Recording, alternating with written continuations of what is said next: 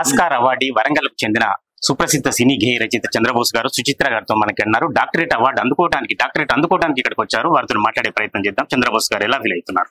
చాలా సంతోషంగా ఉందండి.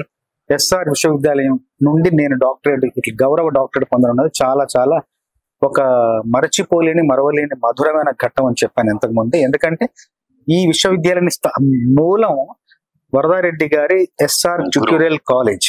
ఆ కాలేజీలో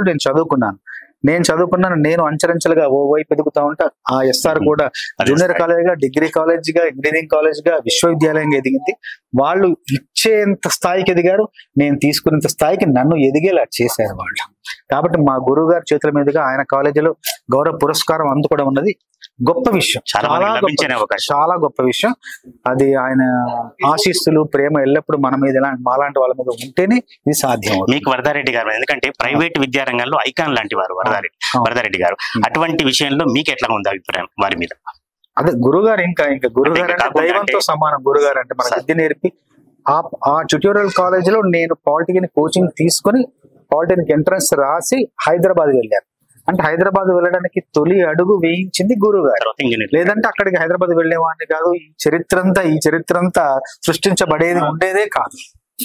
కాబట్టి ఈ చరిత్రకు మూలం బీజం వరదారెడ్డి గారి ట్యుటోరియల్ కాలేజ్. ఒక్క నిమిషం, ఆస్కార్ అవార్డు అనుభూతి చెప్పండి సార్. అయితే ఆస్కార్ అవార్డు అనేది చెప్పానమ్మా, అది ప్రపంచంలోనే ఒక గొప్ప మొదటి పురస్కారం. అది కేవలం సాధనతోటి, కృషితోటి, శ్రమతోటి రాదు. అది ఎన్నో విషయాలు అది ఏకీకృతం అయితే గాని రాదు. నా పట్ల పాట రాయడమే కాదు, పాట అద్భుతంగా పాడాలి, దాన్ని చిత్రీకరించాలి, దానికి నృత్య రీతులు సమకూరాలి, అది ఆ స్థాయికి వెళ్ళాలి, ప్రపంచవ్యాప్తంగా మారుమోగాలి, ఊతలుగాలి, అందరూ దాన్ని గుర్తించాలి. అప్పుడు మాత్రమే ఆ పాటకు ఆస్కార్ అవార్డు వస్తుంది. అలాంటిది నా జీవితంలో నాటు పాట అలాంటి ఒక గొప్ప చరిత్ర సృష్టిస్తుందని నేను అనుకోలేదు రాసేప్పుడు.